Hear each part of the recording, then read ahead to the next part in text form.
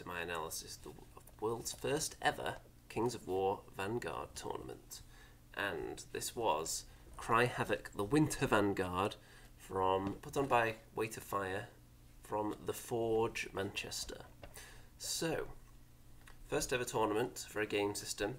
I've got the rules pack right here, along with various other documentation that will help me in my analysis.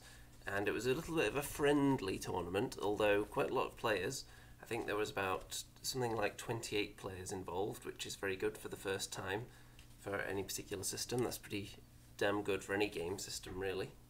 So, the way the point scoring worked in this tournament wasn't entirely competitive, shall we say, because between each game you would have the opportunity to win extra points via an exploration table, and there were various campaign features as well, such as injuries and experience that you could apply to your warband throughout the day, which would persist. So, let's dive straight in, and I'll tell you what I took. Let's have a look at image number 1. So this is from game number 1, and you can see, of course, I've taken the orange goblins on their beautiful snow bases, and this looks like a guild ball mat, suspiciously, with plenty of terrain on it though. And for my list, I took, for this tournament, mainly because these are the models I had available, and mercenaries weren't allowed, by the way, apart from 1 or 2 mercenaries were available, but you can only take 1 of them, and that was only for games 2 and 3 of the event. So for my goblin list, I've got 3 spitters and 3 rabble, just for my basic troops for my goblins. I've got a troll, which is the limit of large models that you can take in a 200-point list. I've also got a whiz, who has a mount, just a common mount. There are different kinds of mounts in this game. There are 2 bigots, 1 on a mount and 1 on foot, and the one on a mount has a heavy weapon as well, which is a nice, cheap, tasty upgrade. So, quite an elite, command-heavy list for 200 points here. Not a lot of basic troops, because I didn't really want to paint anymore. So, this is really just to get me started in Vanguard. I'm going to look at picking up one of the actual real war bands at some point, so you can look forward to seeing that in the near future. But for now, going with the goblins just to break me into it gently so I can decide which warband to go for. So all the new ones do look pretty tasty. Particularly the Night Stalkers, I think, is the very juicy looking one. So, let's look at this first scenario. So scenario 1 was supply grab. And the way this scenario works is that there are 3 objectives on the battlefield. You can see 1 dead in the centre there, represented by treasure piles that I brought along, and the other 2 are slightly off-centre, still towards the middle of the table though, and the idea is to control those at the end of the game. So you want to be touching them, and you don't want the enemy to be touching them, essentially, at the end. So I'm up against some salamanders in the first game, and I have much more ranged capability than the salamanders with my 3 spitters, which are quite potent for their low cost, and also the wizard with his spell, and his default spell, which is, let's see, so he has stun and zap. I don't think I actually used stun particularly. I used a lot of zap, which is a 12-inch range, kind of a lightning bolt essentially, and if you do it as a long action, then you can give it some piercing on it as well. And also, you have the ability to add spells to your casters as the day progresses, so you'll see if that comes up at some point. There's my layout there. I've got the 3 rabble and the 3 spitters in their groups. The rabble in particular are tasty to be kept together, because then you can do group actions with them. If you charge them all in at once, they get bonuses for their special rule, which is swarm. So if you team up quite a few of them together, you're going to get bonuses. And the spitters have scout, by the way, but I didn't use that in this scenario. It was unintentional because I forgot they had that rule until after deployment, but I wouldn't really have scouted them too far forward regardless, because with this scenario only requiring that you go for the objectives at the end of the game, it wasn't imperative that I was on them from the start, so I'd rather sit back and shoot at the more combat-oriented Salamander's force. You can see the troll there on the left. So there are the objectives in the middle. And my opponent's forces. So, I can't remember exactly which of these models are grunts. Of course, in Vanguard, a grunt is a model that dies really easily, essentially. Anything above grunt is much more survivable and is difficult to take out in just one hit. So command models and large, for example, my troll and all my characters will be harder to kill in just one go. But there are some characters mixed in with all this lot, most likely the ones with big weapons. And there is just one fast model, I think, there, and I think that's an elemental. So you can see, obviously the salamanders don't have much in way of ranged attacks, so they want to jump in there as soon as possible, and I'm only going to be advancing a little bit with my combat-based troops. And I don't want to advance too far, especially in the centre, because depending which way you turn, there's obviously a chance you could expose your rear to the enemy then, which isn't as big a deal as in regular Kings of War, exposing your rear to the enemy. There is a slight bonus attached to it though. And there are not going to be a vast number of pictures in this report, by the way, because I'd only played about 75% of a Vanguard game before this event, so spending a lot of time taking pictures wouldn't have been wise when I'm still figuring out a lot of the rules myself. So you can see that by this point the centre is very much up for grabs. I've got all my rabble in there fighting against the enemy. And there they are, kicking some butt in the middle. In fact, killed off 2 of the salamanders already. You can tell it's cold, by the way, because I'm wearing a hat. The background's been updated a bit, actually. I've put some more attractive boxes behind me, I think you'll find. And you can see here that my troll is in there, there's a bigot in there, and all 4 of my ranged models are just standing off the centre, firing into that general area. Ideally targeting models that aren't covered up at all, just firing at models that are in the open to get a bonus, and then I can just back up some of those spitters onto the objective there at the end of the game. And you can see it's a bit of a mess in the middle. Models lying down, they're not dead, it just means they've been knocked down when they've been almost killed, but they're just clinging on to life, and if you can then attack them while they are down, then you can kill them off much more easily. So if you've got multiple units attacking something, then you've got a much better chance of killing it if each one goes in turn.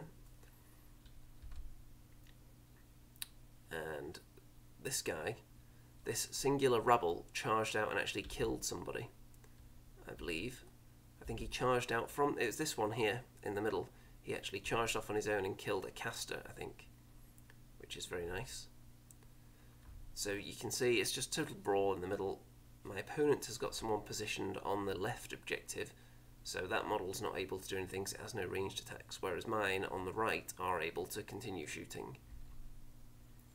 But once my troll goes down, because you can see, the troll's actually dead at this stage, because what happened was I was fighting something that was in the centre and the troll was facing away from the enemies on the left, meaning one of them was able to get to his rear, which is never fun times for a troll. So down he went, and I think if the game had continued going on for longer, then probably the salamanders would have ground down my forces in the centre there. But the game doesn't go on that much longer, and that's pretty much how the game's going to end. So my opponent has one objective, I have one objective, and the centre objective is contested between both of us. We both have models touching it. So it's going to end in a draw. And if I look at my score sheet here, that is worth 12 campaign gold each. And as far as the experience and injuries that I picked up during that first game, injuries, the troll was killed, so I rolled on the table for him, and he achieved a mangled leg result, meaning that he's got -1 speed for the rest of the event. And the bigot on foot, who also died, lost an eye in the battle, which makes no difference to him at all because he has no ranged attacks. And I chose to use my experience to upgrade one model, which we're able to do at the end of the game, to put my mounted bigot's stat for melee up, improved by 1. So he's going to be hitting things on 3s, which is very nice. And you also get +1 to hit against anything that's lower height than you, with the cavalry special rule. So the mounted bigot, when fighting infantry, would hit them on 2s now, which is very, very nice. So I thought that was a sensible upgrade for him.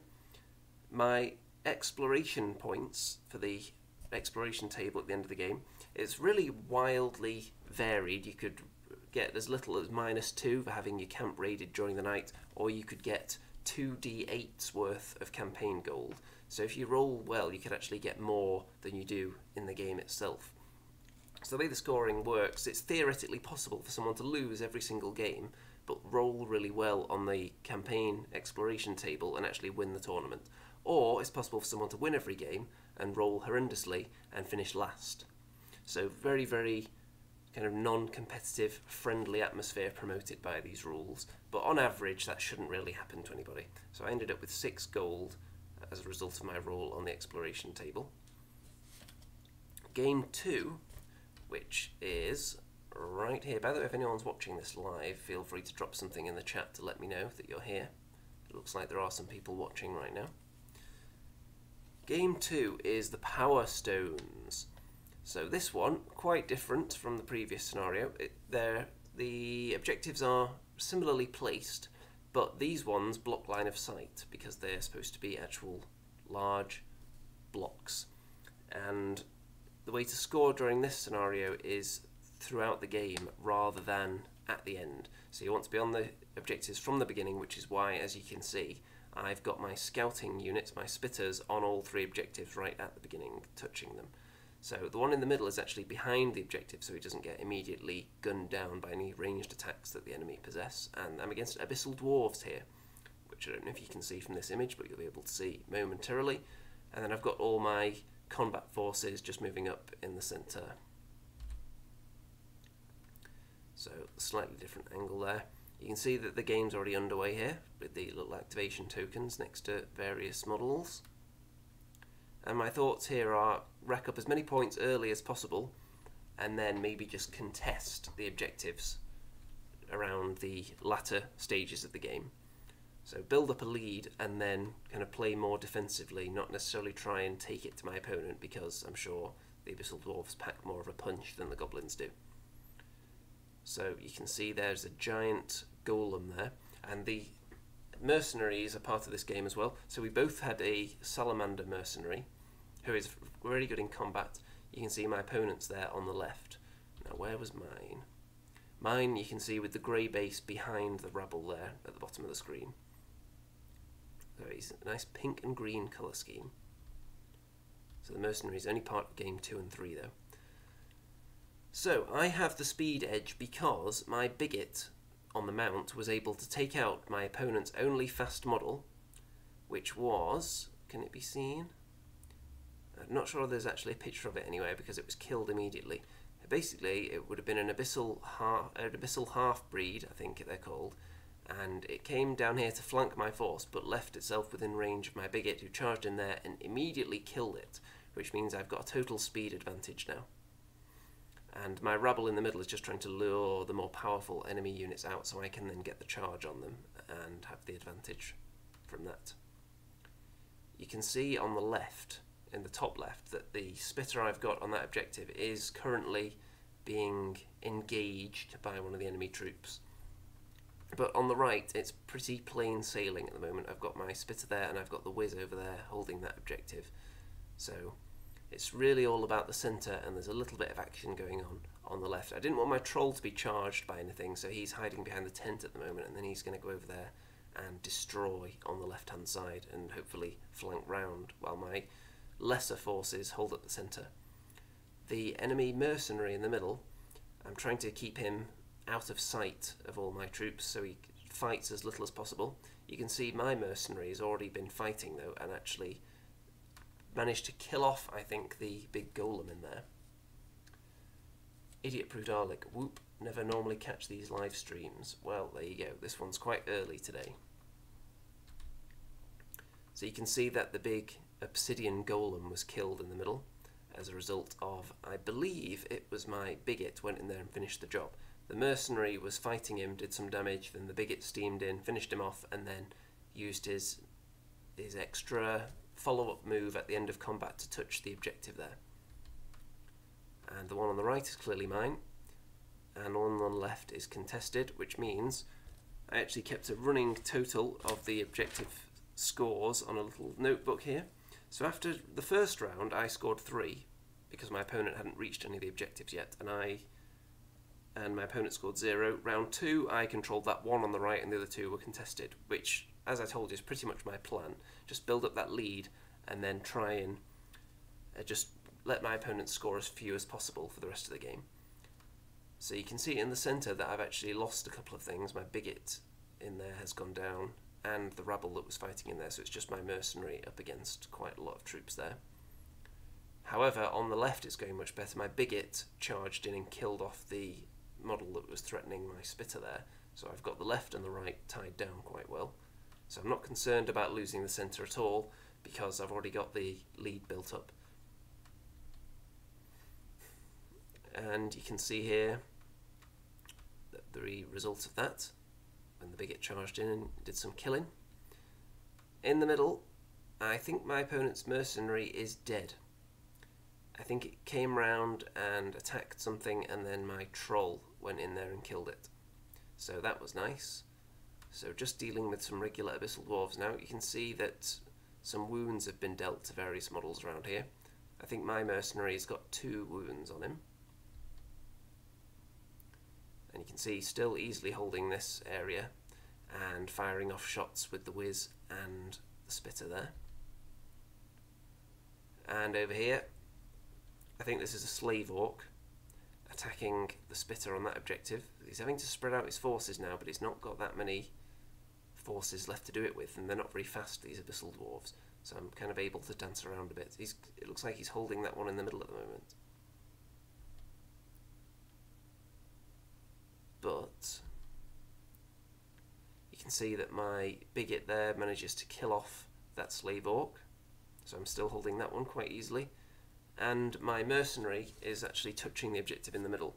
So over the next couple of turns my opponent again doesn't pick up any points, and I'm holding both the flanks, so 2 points on each turn there, so I'm really building up an unassailable lead here. There are also bonus points, by the way, for killing large models, spellcasters and command models to a maximum of 2. So I think command models is its own category, and spellcasters and large models was also a bonus point, but only 1 available for that. And you can see that my bigot from the left has moved into the centre now to get into that brawl, and it's going very, very well for me here. My opponent just doesn't have enough unoccupied models to fight with to go anywhere near the objectives to even think about turning this one round. So there you can see, at the end of that one, I picked up more points throughout the game, and it was just a bit of a clean sweep there. So in terms of the scoring for the tournament purposes, I picked up 16 points for the win, but I rolled a very, very mediocre roll on the exploration table though, so I only got 1 point for that. 1 point for killing a spellcaster or large model. My opponent actually rolled quite well on the exploration table after this game, so we both ended up with the same amount of campaign gold as a result of the game. So you can see how wildly varied that can be, and that can make the results. So, experience after the game, I decided to give my whiz the Slink spell, which I looked up the spells that were available to Goblin Wizards, and Slink, it allows you to, if you succeed, kind of unactivate a model. So you can activate something twice in a turn, which I thought would be very nice considering my troll and my mounted bigot are quite potent fighting machines. So if I can get them to go twice in a turn, that could be potentially very, very good. And one thing I'm noticing so far is that I'm having an awful lot of command points. It's a very command dice heavy list because my wizard adds a red dice, my 2 bigots add a white and a red each.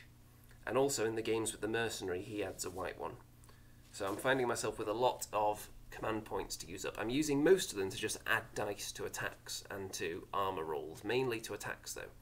I'm not using a lot of them for special abilities, mainly just to add dice to things, which I'm finding is very, very handy for the bigot, for example, because he's got a good to hit roll.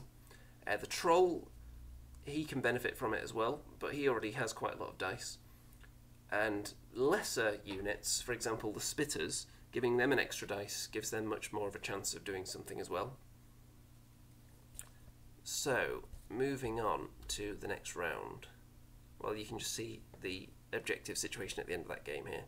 So, 2 flanks held by me quite handily. And I took some pictures of all the tables now. Some people brought their own, some of them were just laid on by the Weight of Fire folks. And we'll just go through these. Some of them very nice. Obviously I'm not going to get to play on most of them because there are only 4 games in the tournament. This one very nice and colourful. I've been inspired, of course, to try and put something together on my own for Vanguard now. Some kind of table. I'm not sure whether I'll do a full 3x3 table on a big piece of wood like I did with my Dead Zone one, because that would be quite cumbersome to move around. But we'll see, because I've already got a nice mat. So I think just terrain is a good way to start, and then we'll see what I want to do from there. I might make something kind of in segments so it's easy to transport. Something not necessarily as innovative as my Dead Zone table, but something a bit more outside the box, and you'll see something outside the box in a minute. So most of the tables, buildings, walls, woods, but there are a couple of wildly different ones which we'll get to shortly. A nice lava one there. Now this, there's 2 kind of like this. This one's very, very nice, a dungeon. I believe this is custom made. I'm not sure whether the dungeon wall sections are actually purchased or whether they're made from a mould or not. But obviously very, very nice, very, very different playing experience. I didn't get to play on this one, but everyone who played on it was raving about it. And then this one, which is very, very similar, made from the same kind of stuff, but a bit more open, less dungeony, but again, very, very nice. Nice field there. And we're on to game 3. So this is the Recover the Plans scenario. And this is another one where scouts are very useful, because you have to search a spy who has been murdered in the centre of the table, and then when you search him for the first time, you roll to see where the secret plans are, to see whether they're in the middle on the spy himself or whether they're on one of 2 other locations, which is where I positioned all 3 of my spitters, one in each spot where the plans could possibly be, hoping to uncover them before the enemy come forward, and then I can retreat with that model carrying the plans and just hide, and then use everything else to fight the enemy forces. So we'll see how that goes. You can see my layout here in the corner. Mercenary in there again, because this is game 3 and he's allowed. So at this point, let's see. Oh yeah, I also picked up an injury in the previous round, which meant that my troll has hideous scars, so you need a nerve check before charging him. So that's going to help, considering he's slowed down, so he's got kind of complementary injuries there. He's slower, so he's more likely to be charged, but charging him is now more difficult. So that's quite handy. And my opponent here, you can see that it is the, I think they're called the Northern Alliance. So there's some dwarves in there. There's an ice elemental. There are some various like kind of trident-wielding ice ladies. I'm not sure of the names of all of the units. But my spitter in the centre immediately uncovers the plans on the body of the dead spy. So that's where the plans are. So that spitter thinking about running away with the plans. But I think that spitter immediately gets shot down actually by the enemy. So what I do, my mercenary is quite tough to crack, so he goes in there and I use the slink spell on him from the wizard to allow him to activate twice and go and collect the plans, which is going to be really handy for running away with the plans as well. So hopefully that mercenary is just going to be able to back up into the corner of the board, and then the rest of my army will hold up the enemy forces for the whole game. But we'll see if that pans out.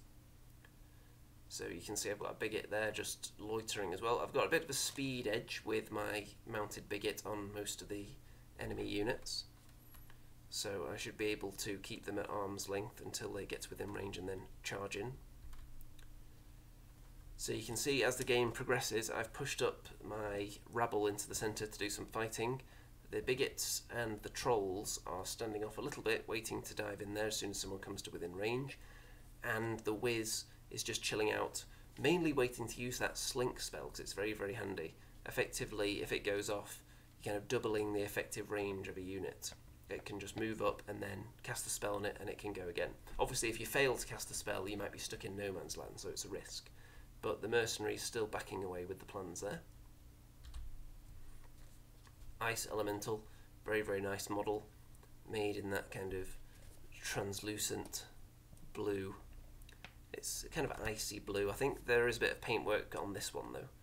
Some people just leave them as they are, some people dry brush, some people add some ice to them. And you can see backing away right into the corner slowly. This is in front of the giant building at the moment, but I'm hoping to get through this. He has taken a wound from shooting though. And the fighting's going on now, so the enemy of course have to chase me down because I've got the plans, meaning I was then able to spring forth and unleash charges on them. And I've got a spitter hiding behind this hedge down there as well. And as the fighting commences there are wounds being dished out as my mercenary slinks away. So that he's actually reached the corner of the table now and he's just going to chill there for the rest of the game. And I've managed to wound a lot of enemy models, but I haven't done much killing, which was a theme of this game. I was doing wounds but not killing too much, and my units are slowly dwindling down as well by this stage. And you can see as we progress, actually all my units in the middle get killed, because I'm kind of down a man, really, since I've run away with one of my most powerful models. So I was accepting that I wasn't going to win the fight, I just hoped it would go on long enough to tie up the enemy. And pretty much it's going that way. So the enemy obviously closing in, but time is running out. And yep, that's how it's going to end. So I do manage to keep the plans. I held up the centre for long enough with the rest of my forces, managing to get the charges in first, depriving the enemy of that charge bonus. I kept my units alive longer. And I think the mercenary is the only model I had left actually, everyone else died. And I didn't kill that much, I think I only killed maybe 2 models, or possibly 3. But it's still a win because my plan paid off. So 16 points, and then with the roll on the exploration table I picked up another 3. So another really mediocre roll on the table there. I couldn't get any experience for my units out of this game because everyone was dead, apart from the mercenary, who is not going to be in my force for game 4. So, just injuries then. So the wizard got a mangled leg. Oh no, the wizard didn't get anything, it was the bigot on foot that got a mangled leg. The wizard and the troll made full recoveries, which was nice. And the mounted bigot suffered from terrible nightmares, so his nerve has been negatively affected by that. So, going into game 4. I have no idea how the standings are looking, but I'm kind of definitely in the top half after 2 wins and a draw and mediocre exploration rolls. So I don't know whether anyone has completely stormed to the top of the table as a result of rolling obscenely well on the table, but we shall see. Now this game, there aren't many pictures of this one at all because there just aren't. I was concentrating on playing the game. So this is the portal scenario, which is, the portal. So there's a portal in the centre there, which is impassable, you can't see through it, and the idea is to have your models touch it and generate some power from it, or other.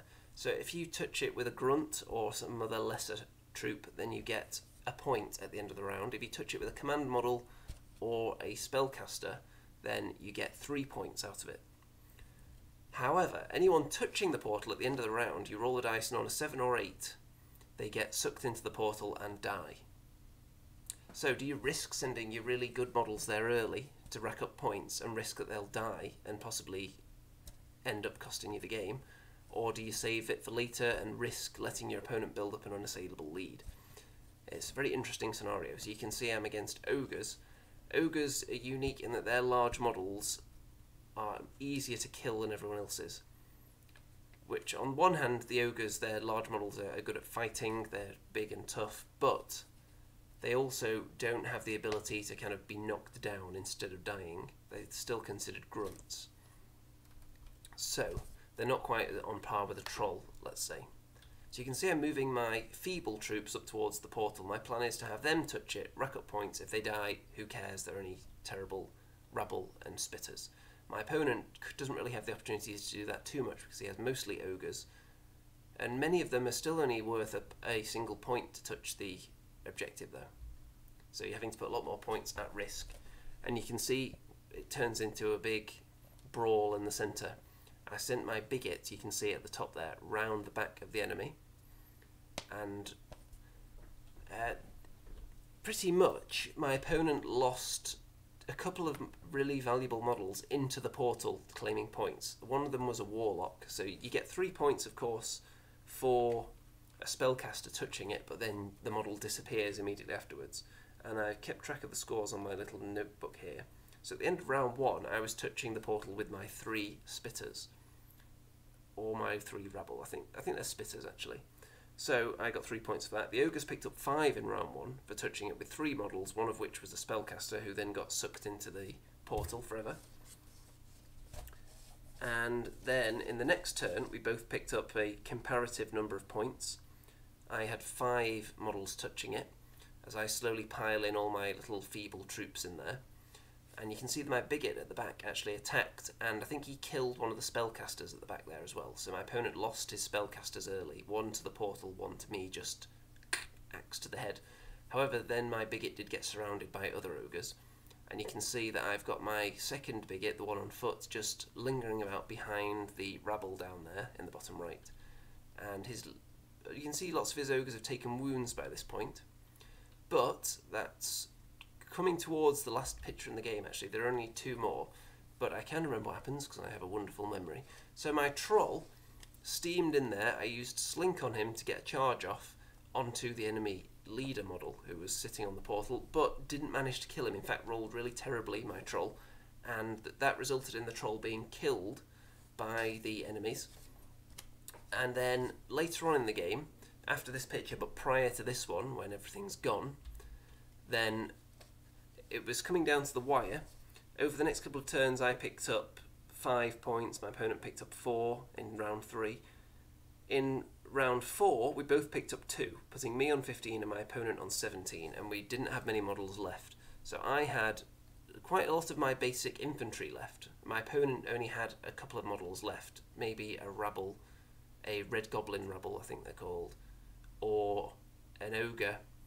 I think he had 2 ogres that were wounded. But one of them actually started running away because his warband was broken by this point because he'd lost 50% of the models. So one of the ogres was running away, so that wasn't going to be scoring any points, but it was going to live, which could be important. And one of my rabble charged into another rabble, the red goblin, and the odds were significantly in my favour to kill it. It was pretty critical because had I killed it, I would have had models touching the portal and my opponent would have had 0 touching the portal at that stage. And charged in there, did something obscene like 6 hits, which is really ridiculous, rolled quite a few 8s, but then my opponent managed to somehow survive with that goblin, which was quite comical, who then struck back and did 1 hit on my goblin, which I failed to save, and then the goblin died. So as a result of that, it was I was up against it from that point on. And when our warbands were both broken at the end because we'd lost so many models, everyone just started failing their nerve and running away. And in addition to that, any time any of my characters had to make a nerve test when they were being attacked, they tended to just die instantly. My bigot at the top died the first time he got knocked down, and so did my wizard, wherever he is right now. So my opponent lost a couple more models to the portal as well. I think he lost 2 ogres and a goblin into the portal. So that was a nice bonus. So the good luck of that was counterbalanced by the quite poor luck of the combat between the 2 goblins that went on. And my troll had a bit of bad luck as well. So all my stuff is dead by this point, I think, from being broken and either running away or just being killed. And my opponent has 2 ogres alive, and I think I may have some models fleeing at this point, not necessarily dead, but obviously not touching the portal. Everyone's on the run in the final turn, which meant that we didn't get any points for the last turn, so it ended with 15 points to me, 17 to my opponent, which, as you can see there, results in a loss. So there was a fun game though. That portal scenario is a little bit on the crazy side. Definitely one of these zanier scenarios out there, with models being sucked into the portal as they score points. So it's quite strategic though, you have to decide when to risk things, but it is very prone to luck, which is fine for a tournament like this where there's a lot of luck involved. And I'm sure if people were putting on kind of really hardcore competitive environment tournament, they would probably not run particularly the exploration table in the same way that this tournament did, and maybe they'd tinker with a couple of scenarios as well, because there's a lot of randomness. It's designed very much for narrative gaming, Vanguard. So for that last game I picked up 10 points only for the loss, and then another really mediocre roll on the exploration table, and you got 1 point for that. I did get both the bonus points on offer for that game though. So as a result of that, out of 28 players, according to the final standings, I ended up finishing 12th, which is quite good considering I'd barely played one game of it before the event. It was very much a learning experience for a lot of people involved, and it was a lot of fun overall. All the games were pretty fun, I have to say, and very fun event in general. The games and the general atmosphere there wasn't too overly competitive, as you can imagine, with some of the crazier rules, and I quite like the persistent injuries and experience added to the warband over time. I'm sure it wouldn't be welcome in all game systems or in all tournaments, but it's nice to just mix things up now and then, so that was a lot of fun.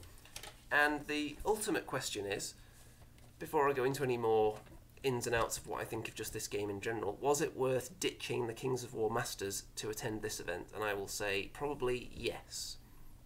It's only 1 day compared to 2 for the Kings of War Masters, and looking at some of the lists that were at the Kings of War Masters, I'm not sure whether it would have had the same kind of fun atmosphere that this tournament seemed to harbour. So it was a very fun experience, and I've already been to a zillion Kings of War tournaments. There haven't been any Vanguard tournaments prior to this. There may not be that many in the future, who knows, but we'll see. No one knows what the future is going to bring for this game system. It could just die a death like some others have, or it could turn into the next big thing. Could it end up being bigger than the likes of Dead Zone and Dreadball, as far as Mantic are concerned? So time will tell on that, but definitely a lot of fun, definitely worth going, and looking forward to more Vanguard tournaments in the future and just playing more games of it in general. As far as the rules go, the only thing that my brain hasn't quite got all figured out yet, I think, is probably the fatiguing system. At which points you can fatigue yourself to do certain actions, which actions you can't fatigue yourself with based on what you've already done. Then there's force fatiguing later outside of that model's regular activation, and when you're allowed to remove fatigue. Do you have to remove fatigue at the end of the turn? Do you remove it as soon as the model activates because they're not doing anything else, then fatigue comes off? It's a fairly complicated system, but I think once I wrap my brain around it, that should be most things. I think I've got everything else pretty much nailed down in my brain. And now that I've played a few games of it, if I read the rulebook now, I'll be able to absorb it, because the actual playing of the game is like a primer for my brain. I have difficulty just reading a rulebook and absorbing all the rules just then and there. I need to play it a couple of times first, figure out what I'm doing that way, and then read the rules, and then suddenly everything makes sense and just falls into place and actually sticks. So I'll have to go over the rulebook and look at anything that I'm unsure on, and just give it a general read overall. So if anyone, or there are some people still watching, anyone wants to drop a comment in before I wrap up this stream. Hopefully you found it somewhat educational and it's inspired you to try out Kings of War Vanguard. Let me know which warband you think would be good as well. I'm really tempted by that Night Stalkers one, just because they are really cool looking models, but I haven't looked at their rules at all yet. All of them look nice though. The new Goblin one is going to be nice, but do I really want to paint more Goblins, or do I want to do something different? I've already got some Goblins, but even Cuzlo and Madfall, the mercenary, who is a Goblin, he is available to use in regular Kings of War now, so there's no necessity to have a Goblin warband in Vanguard to make use of that model. So, we shall see. I'll have to see what else is on the release lineup, because there is going to be a spot in the painting table coming up soon, because I just finished painting my war machines for my Kings of War Undead Halflings, I've also got some other things on this table at the moment. I've got a kill team, which is Necrons, which is another skirmish game, which is quite fun as well. So what else have I got? Well, there's plenty of Stormcast Eternals, which obviously double as my Kings of War ogres, so there's twice as much inspiration and reason to get those done. What else? I've got a couple of Dead Zone characters as well. I've got my Sphere Lancer, which I'm going to be... yeah, I think it actually focused on him there in the corner. So I'm going to be painting him up because I might want to use him in a Dead Zone tournament at some point soon, if I decide to use my Rebs at that tournament. I haven't completely decided yet. It's either Plague or the Rebs, because my Forge Fathers are quite a way off. They're way back on the priority list on the painting table at the moment, since I've already got 2 perfectly good factions for a game that doesn't have that many tournaments in Dead Zone. So it's more cost effective of my time to get more Kings of War armies done, for example, because there are so many tournaments compared to other systems, and I'm generally playing it a lot more. So once the Undead Halflings are finished, which they pretty much are finished for now, I'm not sure what else I want to add at the moment, because now that I've added the War Machines, I think I can put out a fairly decent list. It'll just be tweaks, little extra units here and there, probably over time. And then at some point I want to do Abyssals, because I do have a few Abyssal models. It's just a question of timing on that and where they fit in the painting table lineup, because I need strong motivation to paint something. I need to be able to know for a fact that I'm going to use it on the table. And would I use an Abyssal army for Kings of War at this moment while I'm in the midst of really running my Undead Halflings? Probably not, and I've still got the Goblins as well that need to get back on the table at some point. So we'll see what I'm motivated to paint. A Vanguard Warband would definitely give me some motivation though, since the only ones I've got are kind of improvised from my Kings of War armies. So I would like to get a brand new one. And I think it's time to wrap this one up. Still got a few people viewing. So let's look at this beautiful thumbnail that I've made here, and I will disappear out the corner of the screen. And any final thoughts? Give Vanguard a try. Check out the Vanguard Fanatics Facebook group for a bit of inspiration. Don't forget to check out my Facebook group, which you can find linked in the description if you want to find out all the goings on in my gaming and hobby world and what's happening on the channel. And don't forget to check out all the other links down there as well. There's Twitter, and there's all the various fundraising means for people that want to pledge all their life savings to me so that I can produce more videos on a regular basis. And with that, I think all that remains to be said is... what time is it? It's still the morning, actually. Let's go with this then. Good morning out there, whatever you are.